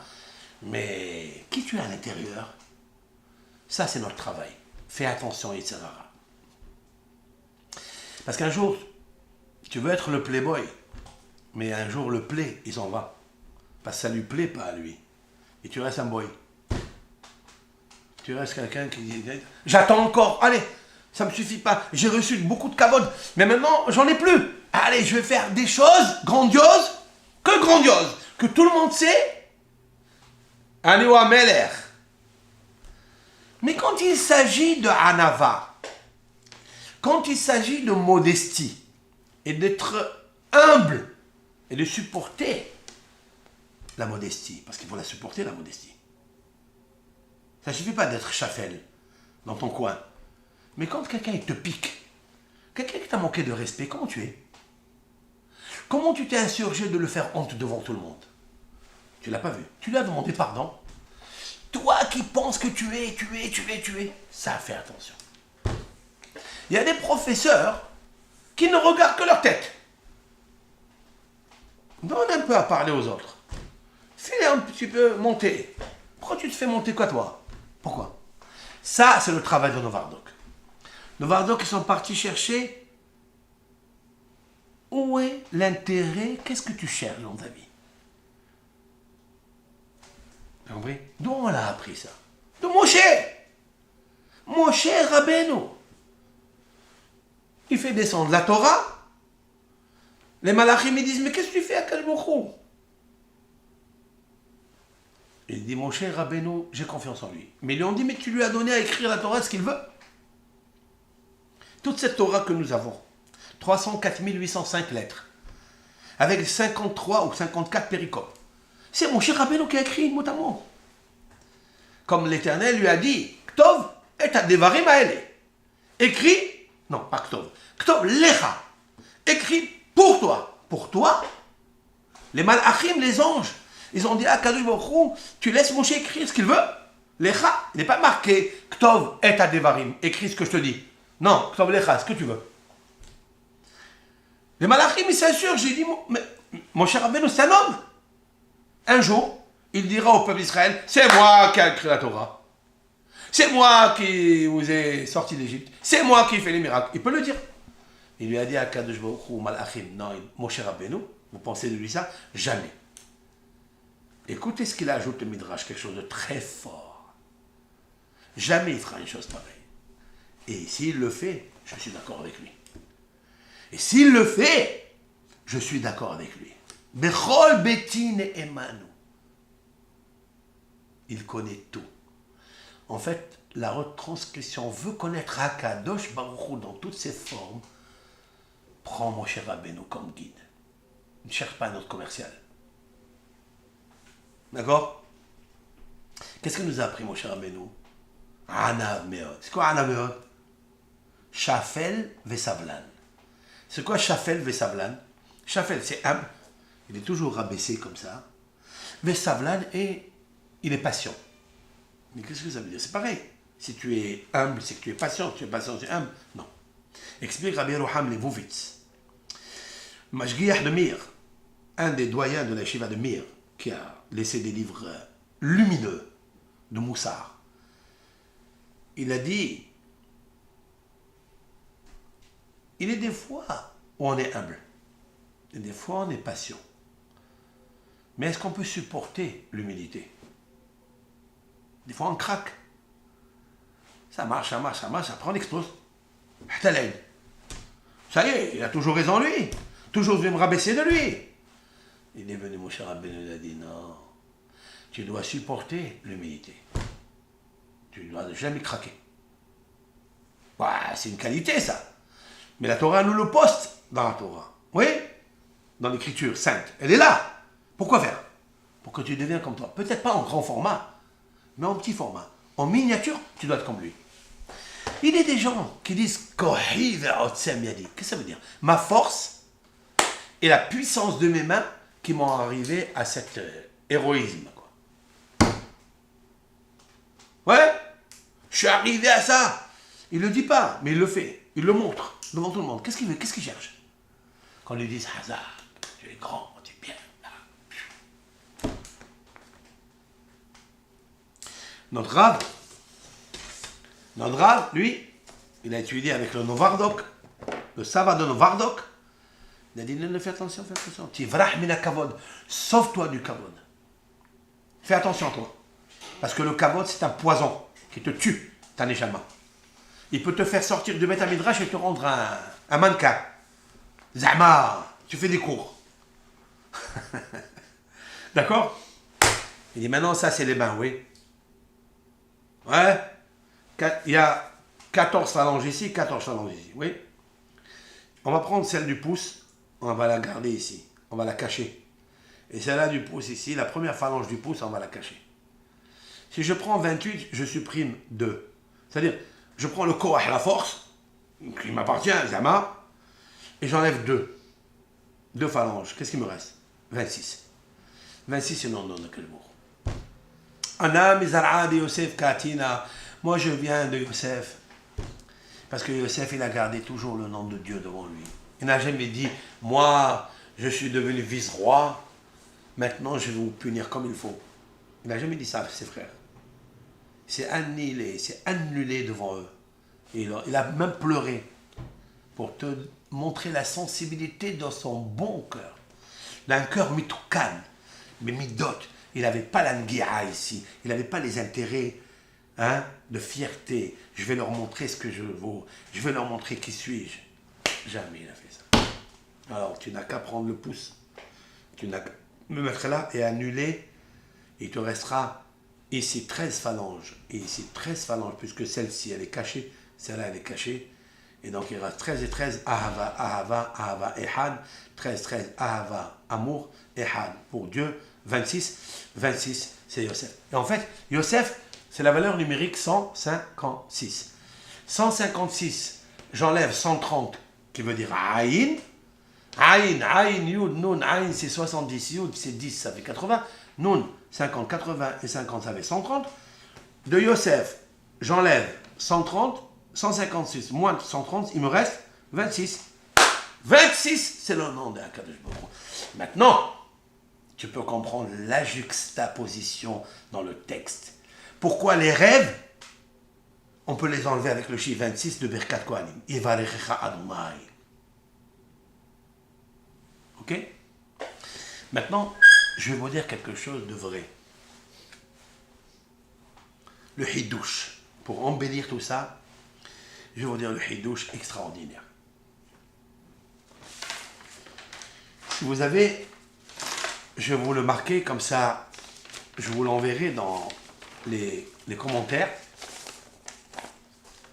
Dans Birkat Kohanim, qu'est-ce qu'est la puissance de Birkat Kohanim? C'est quoi? Pourquoi Birkat Kohanim, elle peut guérir un cauchemar amer? Elle peut fortifier les bons rêves. Elle peut guérir le cancer de l'âme. Donc quoi? Je vais vous dire le secret, avec l'aide d'Hachem. Il y a 60 lettres dans Birkat Kohanim. Oui. C'est marqué dans le Midrash. Qu'est-ce qui est marqué dans le Midrash? Je vais vous lire un Midrash très important.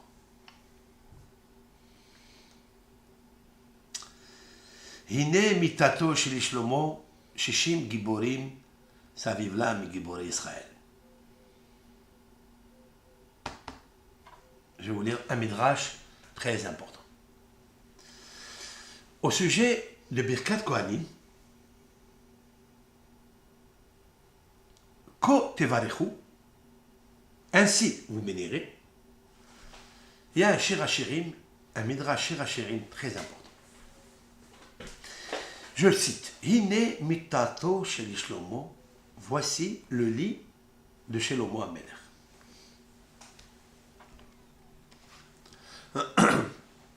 De quoi il parle?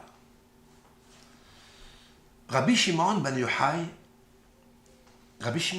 donne une interprétation à ce texte-là. Voici le lit de Shlomo Amelech. Shishim giborim savivla mi giborei Israël. Je traduis. Il y avait 60 hommes forts qui surveillaient autour du lit de Shlomo Amelech.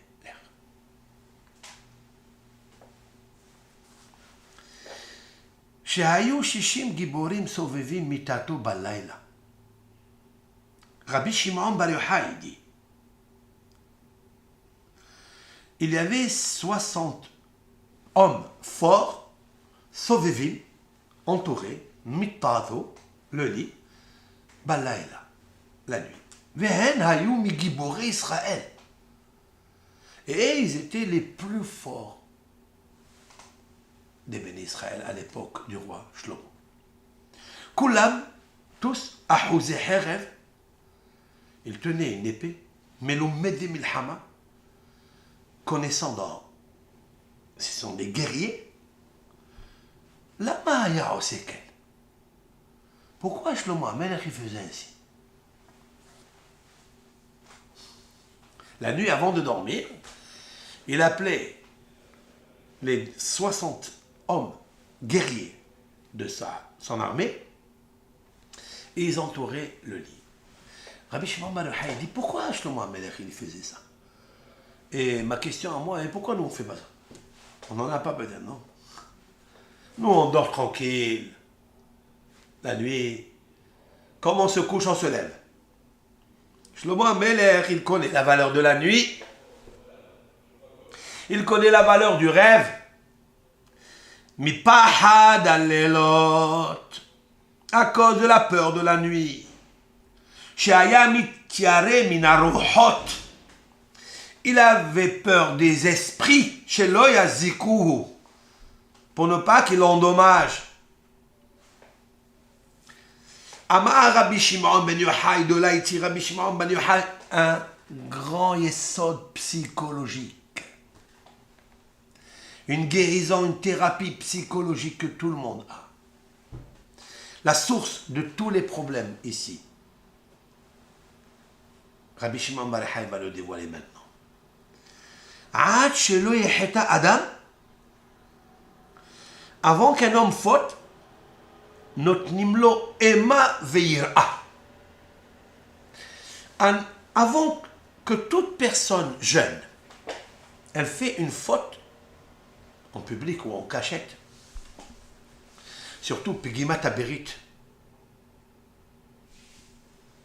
lorsqu'il abîme le Brit Kodesh, Dieu préserve, pas une Avera, soit qu'il a commis une Avera avec une Goya, Dieu préserve, soit qu'il a commis une faute avec une juive, Nida, une juive qui n'est pas mariée, hein? Ou il a commis tout seul, Zera ale Batala. Avant qu'il commette ce péché, Notnim lo ema vira. C'est quoi? Le ciel lui accorde, lui octroie, Ema, la force que tout le monde a peur et le craint.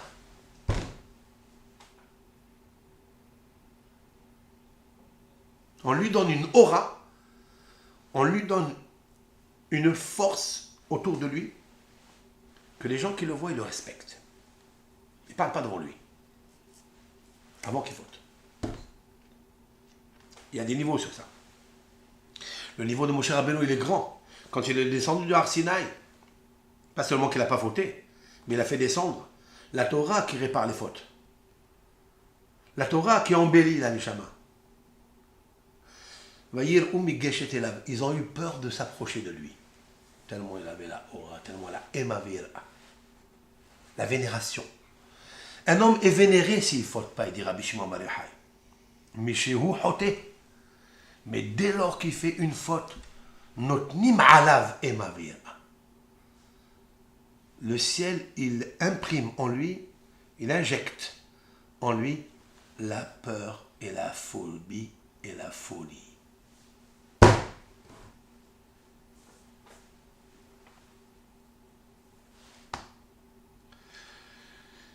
עד שלא חטא אדם הראשון היה שומע כל הדיבור ועומד על רגליו. Il dit Rabbi Shimon bar Yochai, avant que Adam Arishon y faute, il écoutait à Kadosh Baruch Hu et il se tient debout comme ça. Il ne tombe pas. Mishe Hata, mais dès qu'il a fauté, Shomea kol hadibur mithabbe. Il écoute la parole de Dieu, il se cache. Comme il est marqué dans la Torah, va yithabbe Adam. Et l'homme, il se cache. Et lui et sa femme. La faute. Le péché. Le péché, il va créer, il va sécréter que du ciel, on injecte sur toi une peur.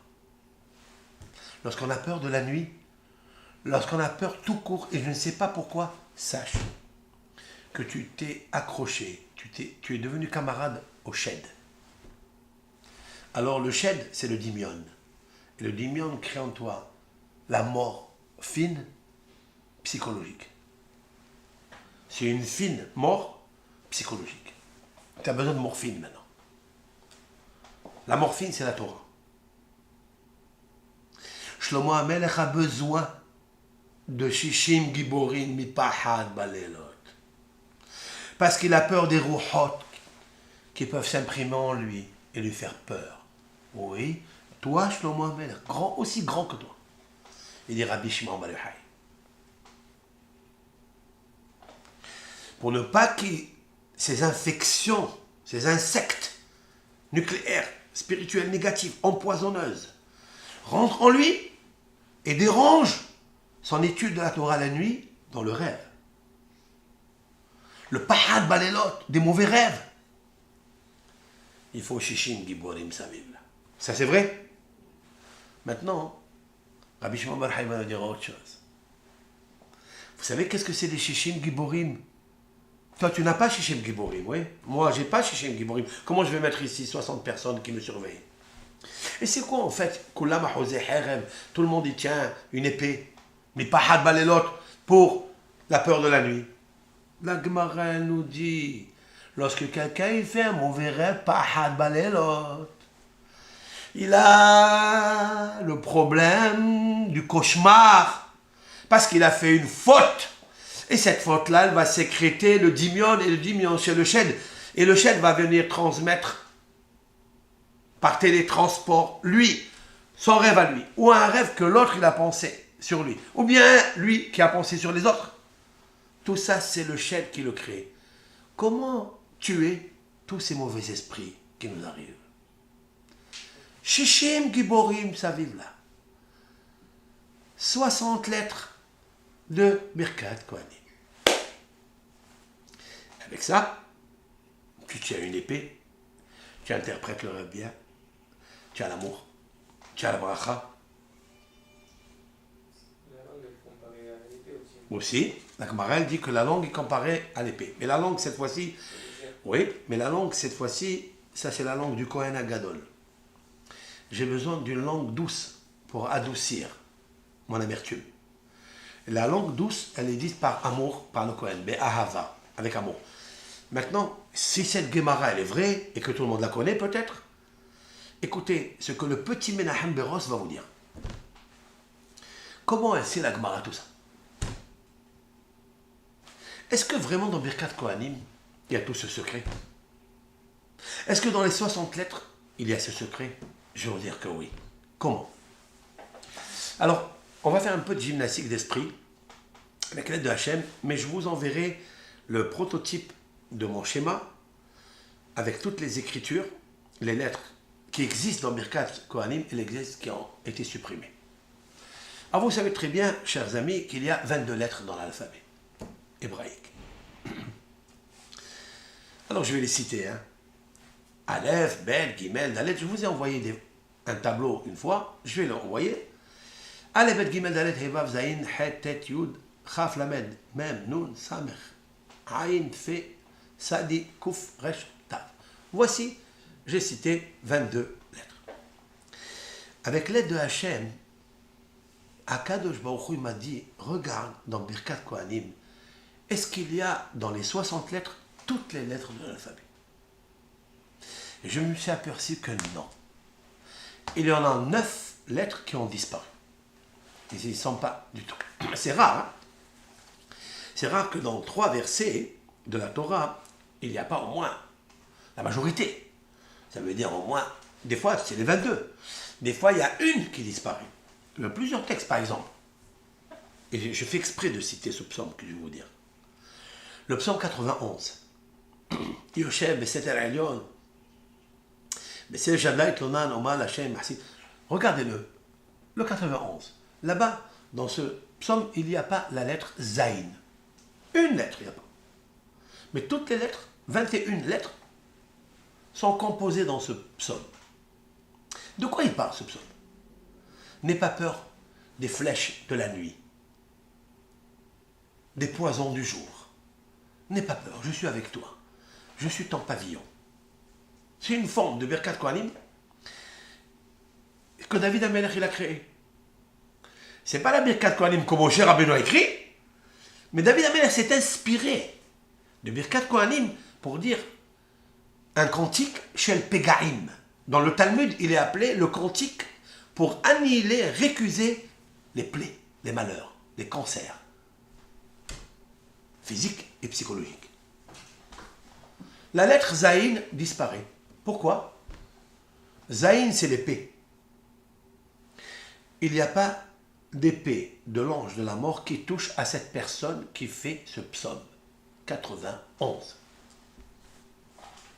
91, je vous l'ai déjà dit, c'est la valeur numérique Amen. C'est la même valeur numérique, Yud, Ke, Vav, Ke, 26, et Aleph, Dalet, Nun, Yud, 65. Yud, Ke, Vav, Ke, Adonai. 65 plus 26, ça fait 91. Amen. Ce sont deux noms de Dieu qui protègent l'homme. Il n'y a pas la lettre Zayin. Tu n'as pas besoin d'une épée pour combattre les mauvais esprits. J'ai retiré le Zayin parce qu'il n'existera plus quand tu liras ce psaume. De haut en bas, normalement, et rétroactivement du bas vers le haut. Tu montes, tu montes, tu montes, tu montes. Tu le fais une fois à l'endroit et une fois à l'envers. Et tu obtiendras une satisfaction de quelque chose. C'est vrai? Shir Shel Pegaim. Dans Birkat Kohanim, avec l'aide d'Hachem, il y a 60 lettres. Il y a 9 lettres qui ont disparu. Nous allons voir quelles sont les lettres qui sont écrites et quelles sont les lettres qui ont disparu. Le Aleph, qui est la première Aleph, c'est le chiffre 1, il existe? Il y est. Le Bet, il y est. Yevarechecha. Yevarechecha, voilà le Bet. Gimel, la lettre 3. Gimel, il n'y est pas. Alors, je supprime. Gimel, il n'y est pas. Dalet, hop, il n'y a pas dans Birkat Kohanim. Il n'y a pas. He, il y a. Vav, il y a. Zayin, il n'y est pas. La lettre Zayin n'est pas là. Het, il y est. Vehunek. Tet, la lettre 9, n'existe pas. Regardez la puissance du secret de Akadosh Baruch Hu qui transmet à Moshe d'écrire. Et de là, j'apporte une preuve grandiose que la Torah n'est pas comme un livre normal. Ça n'est pas comme le Coran, ça n'est pas comme le Deuxième Testament, où lorsque l'écrivain il écrit, il ne va pas penser, je mets cette lettre, j'ai enlevé celle-là, je vais mettre celle-là, j'ai enlevé celle-là, je vais mettre telle et pas celle-là. Jamais. Mais lorsque c'est une dictée de Dieu, il ne fait jamais des fautes d'orthographe. Parce que chaque lettre qui fait lettre fait apparaître la dimension de la bracha, de l'amour, de la paix, du bonheur. Je dois poster avec la dictée divine. Et mon cher Rabbeinu de recevoir. Et il est un écrivain, mais pas en vain. Il est divin. Et il écrit des choses. Il t'enlève le Gimel, il enlève le Dalet, il enlève le Zayin. Pour nous, Gimel, Dalet, Zayin veut dire quelque chose. Après, le Het, il le marque. Le Tet, la lettre 9, il enlève. Le Yud, il y est. Le Chaf, il y est. Le Lamed, il y est. Le Mem, il y est. Le Nun, il y est. Le Samer, le rang, la lettre 60, il l'a enlevé. Aïn, il n'y est pas. L'œil. Aïn, là-bas, il n'y est pas. Le fait, il y est. Panecha, il y est. Après le Sadi, il enlève. Après le Kouf, il enlève. Il n'y a pas. La lettre Kouf qui veut dire 100. 90, il n'y a pas. 60, 70, il n'y a pas. 90, 100, il n'y a pas. Resh, il y a. Yevarechecha. Après, vous avez le Shin, Shalom, il y est. Et le Tav, qui veut dire 400, il n'y est pas. Donc, je reprends les lettres que Hachem a supprimées dans cette Birkat Kohanim, dans la Torah. Le Gimel, la lettre 3, elle n'existe pas. La lettre 4 n'existe pas, Dalet. La lettre Zayin n'est pas là. La lettre 7 n'est pas là. La lettre Tet, la lettre 9 n'est pas là. La lettre Samer n'est pas là. 60. La lettre 70, Aïn, n'est pas là. La lettre Fe, elle y est. La lettre 90, elle n'y est pas. La lettre 100, elle n'y est pas. Kouf et Tzadi n'existent pas. Resh, elle existe. Le Shin existe, c'est-à-dire 200 existe. 300 existe. La lettre 400, Tav, n'existe pas. Pourquoi Akadosh Baruch Hu, par l'intermédiaire de son fidèle serviteur, honnête et authentique, prophète, il lui dit, supprime-moi ces 9 lettres. Combien? Si j'enlève de 22 lettres, j'enlève 9, il va me rester 13 lettres. Le sod des 13 lèvres d'amour. Ahava. Voilà, avec votre permission, chers amis, un hidouche fait maison. Je pense qu'il n'est pas écrit, parce que si quelqu'un l'a vu, si quelqu'un l'a entendu d'un rave qui me le dise, qui m'appelle, qui me crie, je voudrais remercier ce rave qui l'a fait descendre le premier dans ce monde. Parce que les hidouchim, il faut le faire descendre. Il faut le mériter. C'est sûr et certain que les patriarches, Moshe Rabbeinu, Rabbi Akiva, connaissaient ce secret. Mais ils n'ont jamais dévoilé. S'il est écrit, je voudrais, avec votre permission, le connaître. Quel est ce rave, quel est cet homme qui a sorti ce hidouche dans le monde? Ça, pour l'instant, j'ai demandé à des rabbanim et même des kohanim, ils disent c'est la première fois qu'on entend une chose pareille. Voilà pourquoi de ces sorties, le mot Be'ahava. On bénit, les kohanim, ils bénissent par l'intermédiaire d'Aaron à Kohen, le grand prêtre, de bénir les bénis Israël avec amour. Qu'est-ce que ça veut dire avec amour? Parce que Ahava, ce sont les 13 lettres. Seulement 13 lettres. Maintenant, venons ensemble, nous allons composer les choses. Si ça c'est vrai, on dit que celui qui a un problème dans le rêve, et il veut enlever le cauchemar, il va au Birkat Kohanim. Ok. Viens, on va ensemble vérifier. Est-ce que la lettre Het, elle est écrite dans les 13 lettres maintenant? Dans les 60 lettres qui sont composées par permutation avec les 13 lettres. Ok? Il existe le Het? Oui, oui, il est marqué le Het. Le Lamed, il existe? Il y est aussi. Le Vav, il y est. Le Mem, il y est. Halom. Le mot Halom, il existe? Il est dans le rêve. Quelqu'un qui fait un mauvais rêve va faire Birkat Kohanim. Parce que là, il y a le mot Halom. Très bien. Comment on dit en araméen améliorer son rêve? Quand on dit à quelqu'un super, c'est quoi super? On est bien. En araméen, comment on dit? Chaper. Chaper, ça veut dire quelqu'un qui veut améliorer le rêve, qui veut l'adoucir. Le shin existe?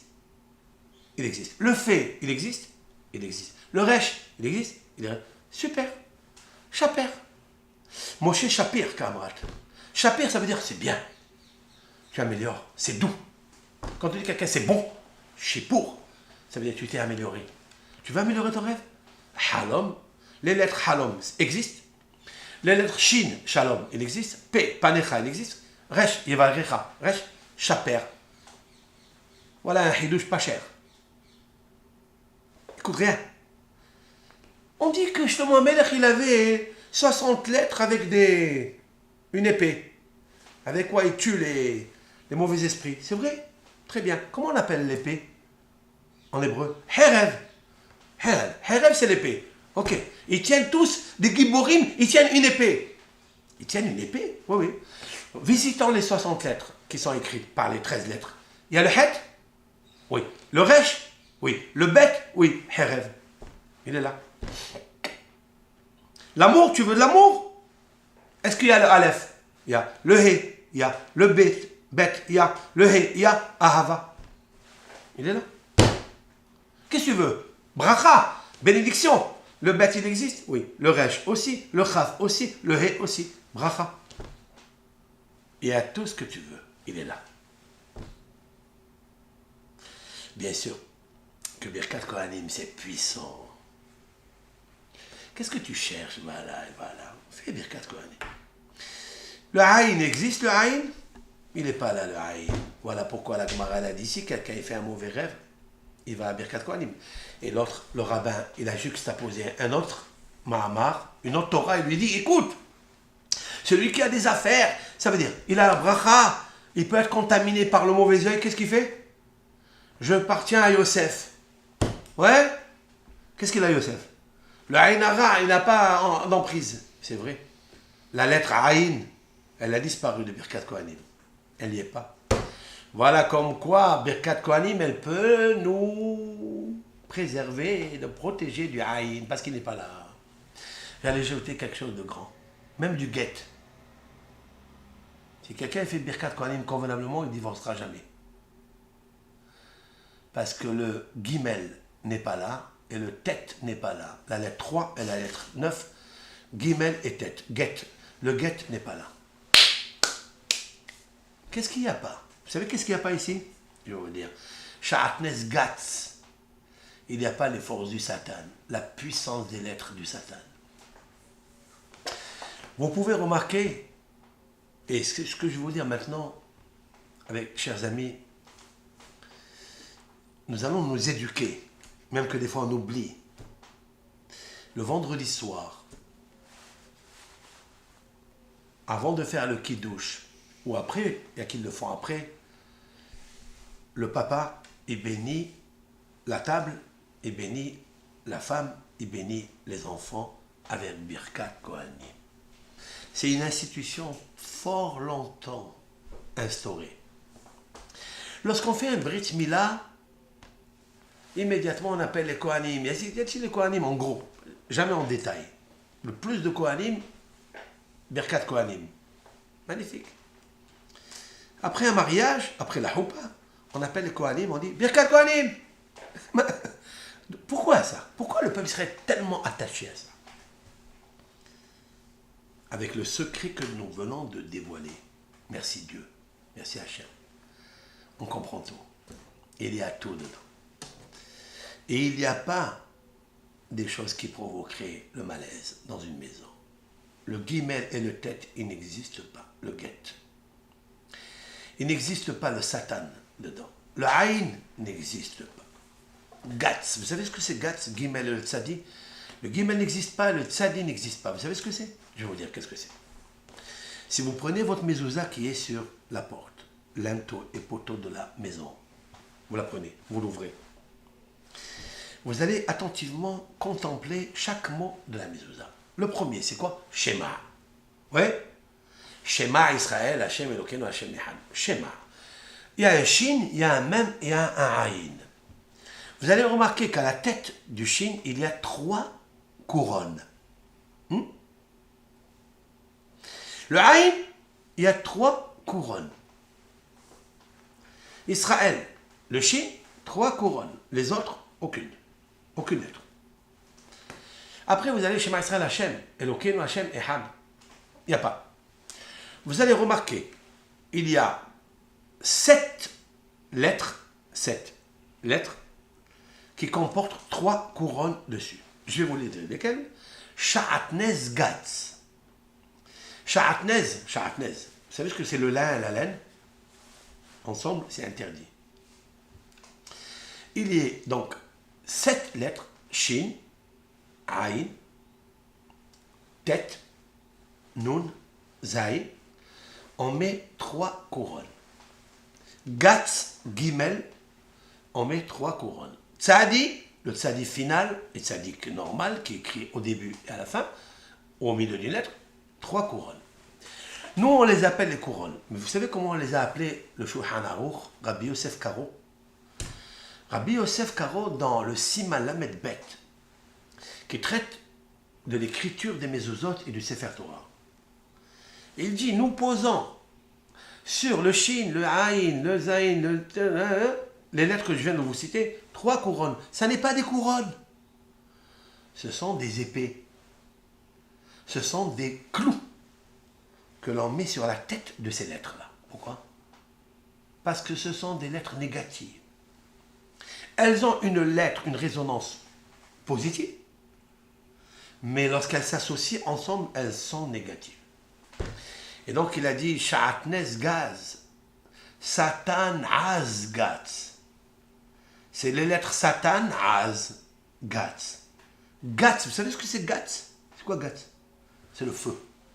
C'est une étincelle qui sort du chalumeau ou d'une braise. Cette étincelle, elle peut brûler une maison, une incendie. Tu sais ça? Ça Gatz. Ce sont du feu négatif qui brûle. C'est la mahloket que le Satan est créé dans une maison. Eh bien, qu'est-ce qu'il a fait à Kajoukou dans Birkat Kohanim? Il en a supprimé quelques-unes pour ne pas s'associer avec les autres. Par exemple, le Aïn, il a supprimé. Le Gimel, il a supprimé. Le Tet, il a supprimé. Le Tzadi, il a supprimé. Le Kouf. Le Kouf, il est synonyme de Kedusha quand il est attaché à la Kedusha. Ouais. Quand il est attaché au Shin, et au vav. Mais s'il est attaché, le kouf, il est attaché avec le guimel ou avec une autre lettre qui est plus forte, avec le tête, c'est une catastrophe. Catastrophe. C'est terrible. Même dans sa valeur numérique, kabbalistiquement, c'est puissant. Ce n'est pas l'objet du shiur. Mais vous avez compris mon message. Hein? Vous avez compris mon message. Et ça, c'est extraordinaire. Donc, le matin, on peut aller faire la tfila dans une synagogue où il y a Birkat Kohanim et essayer de retirer grâce à ce petit cours, tous les parasites qui peuvent être créés. Maintenant, plus que ça, pas seulement le hainara, pas seulement toutes les choses qui ne réussissent pas dans nos vies, mais tout simplement d'être un homme pachout, un homme simple, quelqu'un de simple qui vit une vie normale. C'est pas la peine de chercher du kavod, chercher s'enrichir, chercher quelque chose qui va t'éloigner de Akadosh Baruch Hu. Soit comme les Kohanim, soit comme les Lévites. Les Lévites n'ont pas participé avec l'exploration de la terre des restes d'Israël. Vous le savez? Les Lévites n'existent pas là-bas. Moshe Rabbeinu n'a pas choisi la tribu de Lévi. Parmi eux, il a choisi de Ménaché et d'Éphraïm qui a remplacé le Lévi. Et pourquoi? Vous savez pourquoi? C'est très simple, disent nos sages. Parce que les Lévites n'ont pas de part en Eretz Israël. Ils ne vont pas recevoir un morceau de terre. La terre est divisée pour les tribus. Elle est attribuée pour les tribus. Mais les Lévites n'ont aucun tribu. Alors, grâce à ça, ils n'ont pas parlé la Shonara. Et grâce à ça, ils vivront à jamais. Parce que si quelqu'un, il attend un héritage, il pourra être Nogea Abadavar, Novardok. Rabbeinu, Madregata Adam. Parce que pourquoi on se dispute? Pour l'héritage. Ça m'appartient. Ça ne touche pas. Ça, c'est à moi. Ça, c'est un endroit qui m'appartient. J'ai mis les frontières. Attention que quelqu'un me touche. Chez les Lévim, il n'y a pas ça. D'où ça vient ça? Yocheved et Myriam. Ça, c'est un cours. La suite du premier. Yocheved et Myriam. Elles ont dit, nous, de toute façon, le pharaon, il peut faire ce qu'il a envie. Nous, on a peur de Yirat Hashem Elokim. Ani shelcha, v'halomotai shelcha. Moi, je t'appartiens et mes rêves t'appartiennent. Qu'est-ce que mes rêves? Nous sommes dans un monde de rêves, même debout, même éveillé, on est en rêve. Mais Myriam me réveille, disant, mon rêve à moi, c'est d'appartenir à toi. Je n'ai pas de terre. Nahalat Hashem Amo. La terre, Ani Hashem Nahalatam. Il y a explicitement dans la Torah, moi l'Éternel, je suis Nahalatam, je suis Halomotehem. Leur rêve, c'est moi. Et eux, c'est moi. Tu as compris? Si on arrive à ça, avec Akadosh Baruch Hu, il nous donnera Siyata Ishmaya, de préserver le Ham Israël dans le bonheur, dans Ahava, Bracha, Yehoud. Tout ce qu'un homme il a envie, il obtiendra grâce à la Torah, grâce à Moshe Rabbeinu. Bechol Beti Ne'emano. Kol Tov Lachem.